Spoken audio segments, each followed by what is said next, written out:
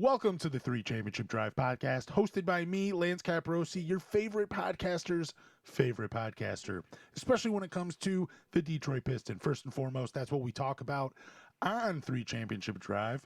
And really, I got nothing else to say other than let's just talk some Pistons. There's a lot of things floating around right now, a lot of rumors. There's a lot of reported interest from the Detroit Pistons and a handful of players' names.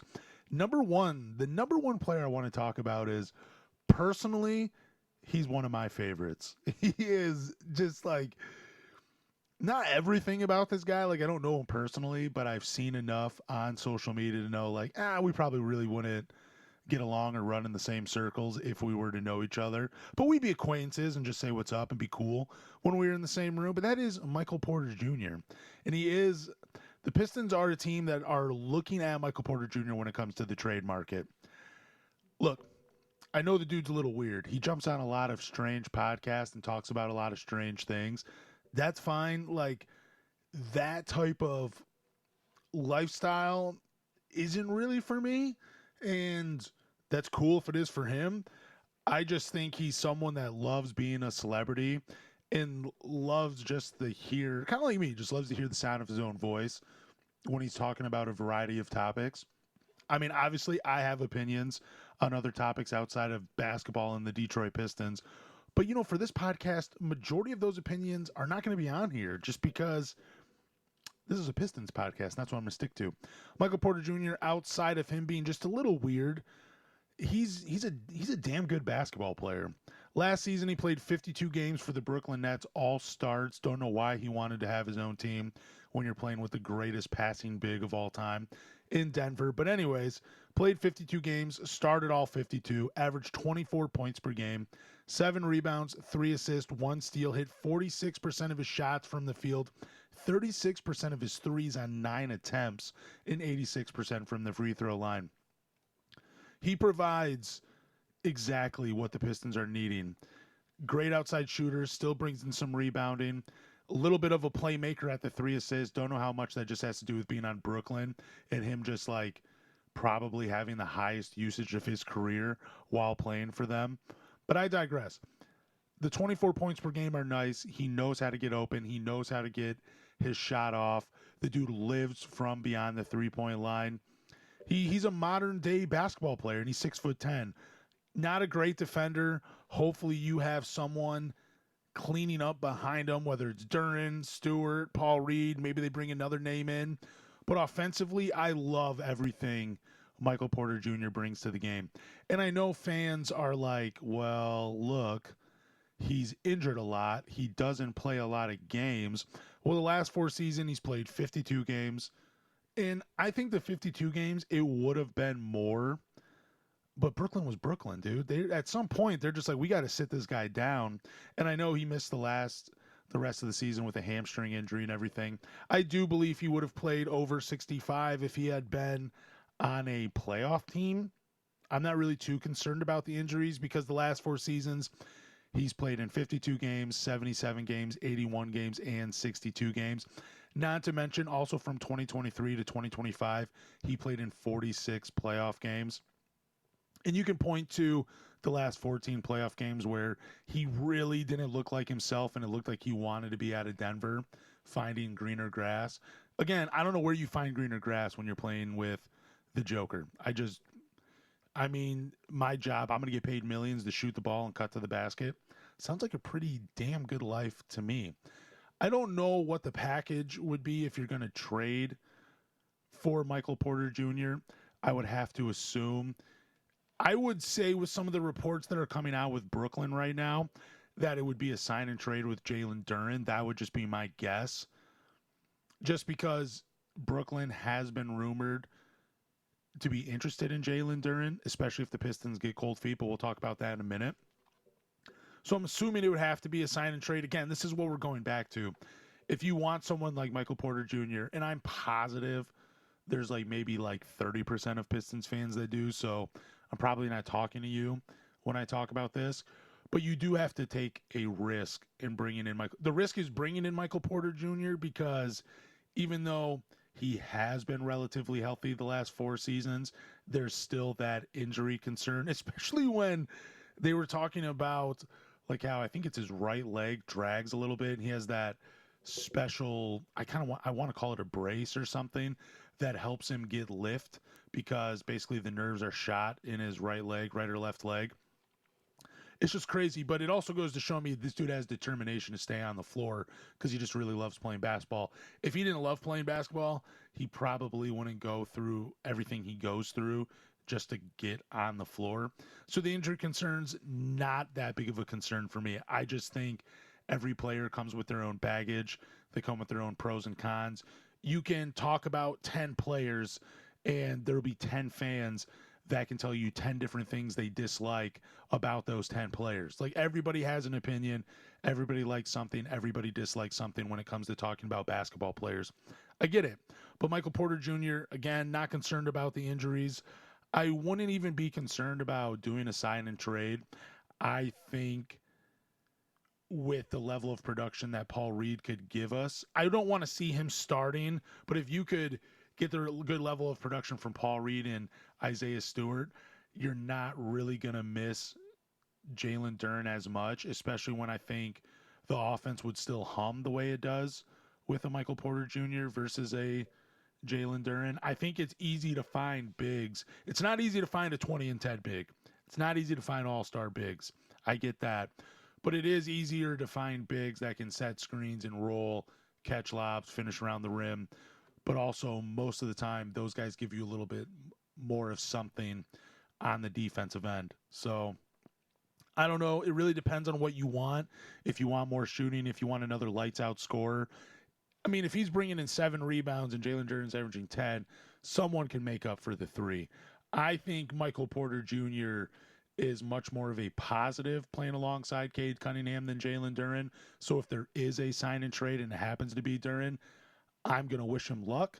I'm going to hope that he does the best in Brooklyn, but I'm going to welcome Michael Porter Jr. with like the widest arms I possibly could. I still like Trey Murphy more than I like Michael Porter Jr. for this Pistons team, but if you were to tell me, hey, all you have to do is give up Jalen Duren, I mean, there's probably going to be some other players thrown in there. Maybe Detroit gets Nick Claxton or Day'Ron Sharpe or something in the trade as well. But Michael Porter Jr., the Pistons have shown interest in him. The next player on the list is Tyler Herro. Now, this comes from Jake Fisher. He said the Detroit Pistons have interest in Tyler Herro. Tyler Herro last season, he played 33 games, started 28 of them, averaged 20.5 points per game, 5 rebounds, 4 assists, 48% from the field, 38% from 3 on 7 attempts, and 92% from the line.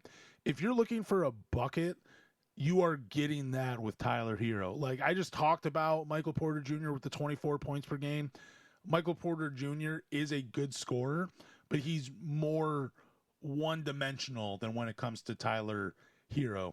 Like we can compare to when we're talking about these two, we're gonna call Tyler Herro Tyler the Creator because he can create more offense than Michael Porter Jr. can. Michael Porter Jr. is very good at creating offense without the ball and being that movement shooter. Tyler Herro gives you the movement shooting. He gives you a little bit of playmaking. He gives you someone that can attack the rim. He's someone that can get you to the free throw line. He can hurt you inside the arc. He can hurt you outside the arc. He is as complete of an offensive player as they come. But here's the thing, like, I'm not concerned with Michael Porter Jr.'s injury history, but I am concerned with Tyler Herro's injuries. Like, those concern me a little bit more. From 2022 to 2026, he's played in 285 games, starting 222 of them. He's averaged 21 points per game, 5 rebounds, 4.5 assists, 45.5% from the field, 38% from 3 and 8 attempts, and 89% from the line. Also, not to mention, in that time from 2022 to 2026, he's been named an All-Star and he was named Sixth Man of the Year, where he averaged like 25 and 4 off the bench, played in 66 games, started 10 of them for the Miami Heat. Like, I think any role you put Tyler Herro in, and he most certainly would be a starter here in Detroit, I think he's going to succeed. I think what we haven't seen from Tyler Herro is playing with a point guard like Cade Cunningham. He's played in a great system in Miami, and I think they've done wonders for his career. I do think Tyler Herro is one of these guys where no matter the situation or organization he went to, he was going to thrive no matter what. Like, he's just one of those guys that has supreme confidence in himself that you put him on the Clippers in the early 2000s, he's probably averaging 30 points per game on that team. Like, that's how much confidence he has in himself, and that's how much confidence I have in Tyler Herro. I love his game. I love everything he brings. This is someone, too, like when Cade sits, we all know how bad the offense struggled when Cade sat last season and in the playoffs. The offense just struggled. With Tyler Herro, the offense isn't going to struggle like it did in years past when Cade Cunningham sat on the bench. We would have a bona fide number 2 that could actually masquerade as a number 1 when Cade sits, and the offense would still hum. Like, that's what we're getting with Tyler Herro. You're not getting that with Trey Murphy. You're not getting that with Michael Porter Jr., but you are getting that with Tyler Herro. I do want to say this about Pistons fans because I've been on Reddit a ton today in between haircuts at the barbershop. I had a little bit of time in between my busy schedule. And I don't know what Pistons fans want or expect when it comes from these rumors because, like I said earlier in the podcast, you can have 10 players and you can have 10 fans. And all 10 fans can come up with 10 reasons why they don't want a guy on the Pistons. It's just, you have to understand that every player comes with good things. Every player comes with a little bit of baggage. That's just the way it is. Like, I saw someone say, man, you saw Miami. They struggled when you had Duncan Robinson and Tyler Herro on the floor. Dude, didn't they go to back-to-back NBA finals? Didn't they do that with Duncan Robinson and Tyler Herro? Obviously, they had Jimmy Butler and Bam, but, they were able to make it work with those two. So I don't understand why that would be the number 1 reason you hang on to, because history has already proved that they've made the NBA Finals with both of these teams. You cannot come into Reddit or come into my barbershop and say, you can't win with Tyler Herro. Because, yeah, dude, you're right. They haven't been able to win the championship, but they have been able to get to the NBA Finals. So I think with maybe a better supporting cast and someone like Cade Cunningham, maybe Tyler Herro does help them push over the hump. I don't know. But, to sit here and tell me you can't win with Tyler Herro and Duncan Robinson, that's just false. That's just bull. But it also points to a larger picture. If you want to see the Pistons get better, then you have to be willing to take some of these names. This isn't like Zach LaVine. This is Tyler Herro, who has had success in the playoffs, who has had success as being one of those guys that teams game plan for. So, I don't know what Pistons fans want. There is no perfect player. Isaiah Thomas is not walking through that door and suiting up for the Detroit Pistons to help them win a championship. That's just not happening. So, you kind of have to, I don't want to say jump off your high horse, but you got to look at players more realistically. I try to tend to focus on players' strengths more than just their weaknesses, because I can be one of those fans that gives you 10 reasons why I don't want a player on a team. I can point to injury history. I can point to field goal percentage. I can point to playoff performance. But it's I don't find all of that negativity with a Tyler Herro, with a Michael Porter Jr., with this guy or with that guy. I just don't, as much, I guess, as the average Piston fan. And I'm sure there are people just like me where it's dude, Lance, I would love Tyler Herro. I would love Trey Murphy. I would love Michael Porter Jr. I agree with you. I think all those guys bring something to the Pistons to help us win next season and going into the future. Yeah, you might sit there and agree with me, but I'm talking to the fan that doesn't agree with me, that wants to find every excuse in the book to be I don't want Tyler Herro.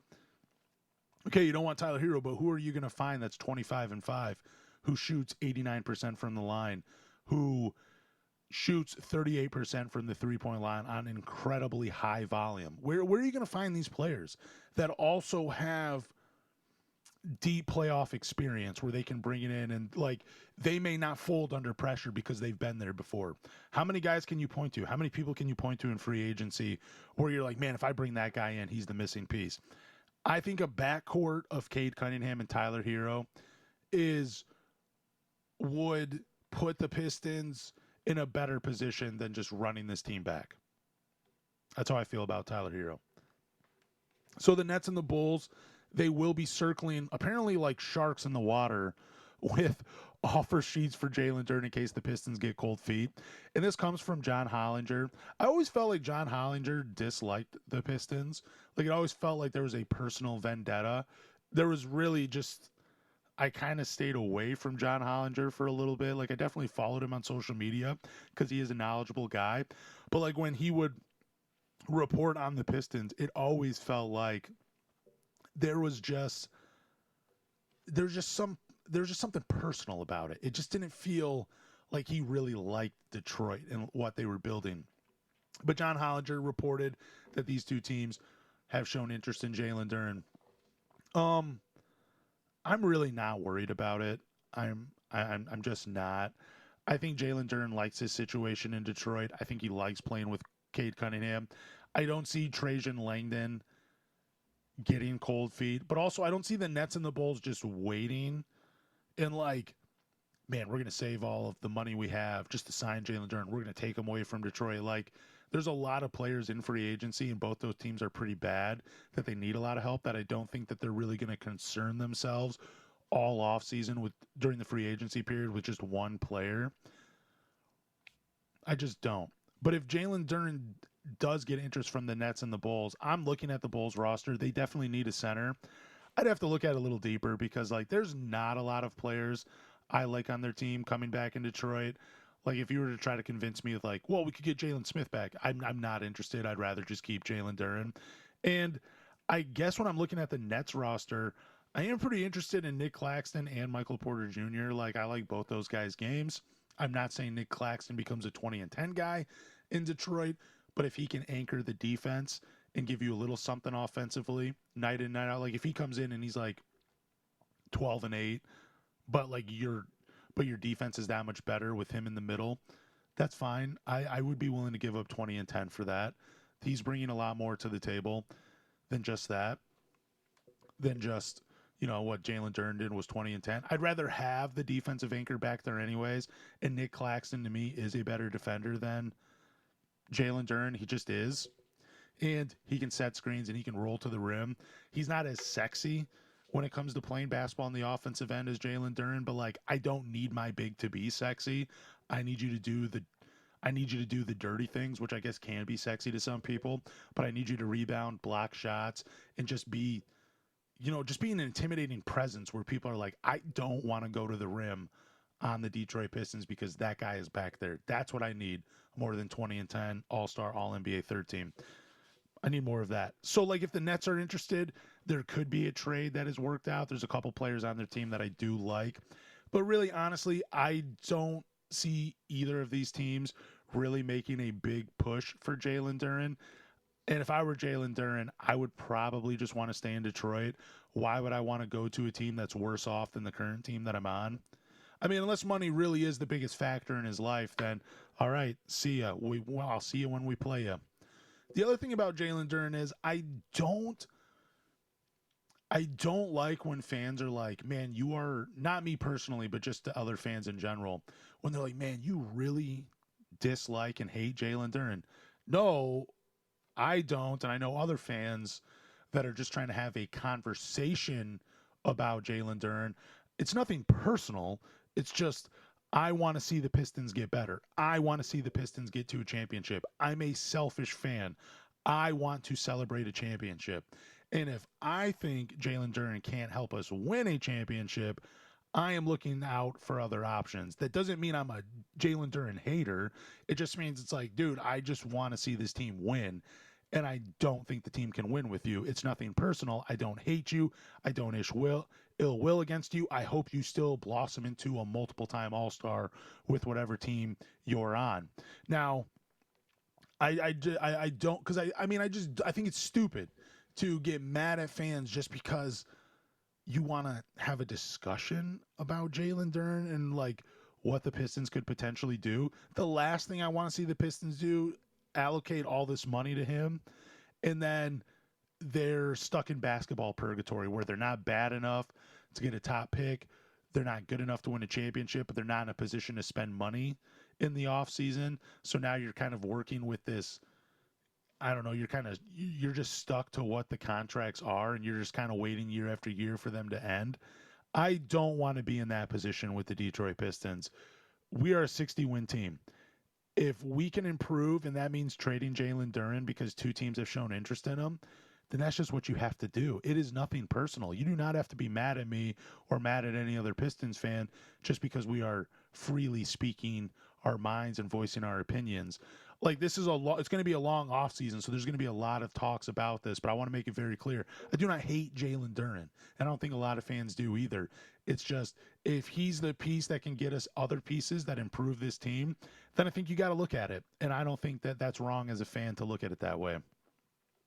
So, obviously, I'm in the barbershop. That's my job. That's what I've chosen to do.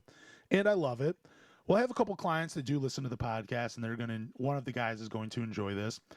Every time he sits in my chair, the only thing we talk about is basketball, whether it's the Pistons, the Phoenix Suns for some reason, and I don't know, the Dallas Mavericks. He's lived in both of these cities, and he really loves those teams as well. So we're always talking about those three teams. But he was like, Lance, I was listening to your last podcast. I don't listen to it that often. Had to slap me in the face while he said that as well. I get it. And he said, you keep talking up Trey Murphy. Like, you're talking about Trey Murphy like he's an all-star, like he's God's savior to saving the Detroit Pistons. So I had to walk him back a little bit. Like, one, I don't think I have hyped up Trey Murphy that much. I have said he's a really great third option. He'd be a decent second option. He can spread the floor. He can attack closeouts. He lacks in the shot creation department. I don't think he's a very good playmaker despite averaging 4 assists per game. I told him all this, but then he said, how do you think Trey Murphy fits into the starting lineup next season if the Pistons were to trade him? He's like, let's say they get to keep Asar Thompson and they don't have to let him go. He's like, you really want to see a lineup with those two guys and Tobias Harris in there?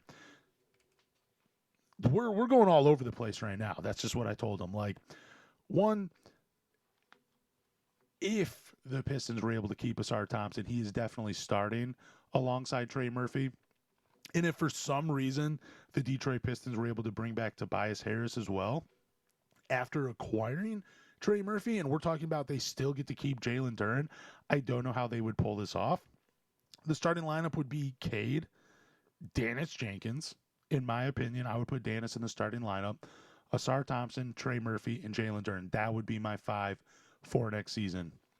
You get good ball handling and shot creation and playmaking from Dennis Jenkins and Cade Cunningham. You get outside shooting from Trey Murphy, Cade Cunningham, and Dennis Jenkins. You get scoring and you get defense. I think that's how he would fit. But he's like, well, how's he going to defend other power forwards? Dude, what era are we in? Would he be defending Kevin Garnett and Tim Duncan? Is Zach Randolph coming out of retirement? Is Rasheed Wallace still patrolling the paint in today's NBA?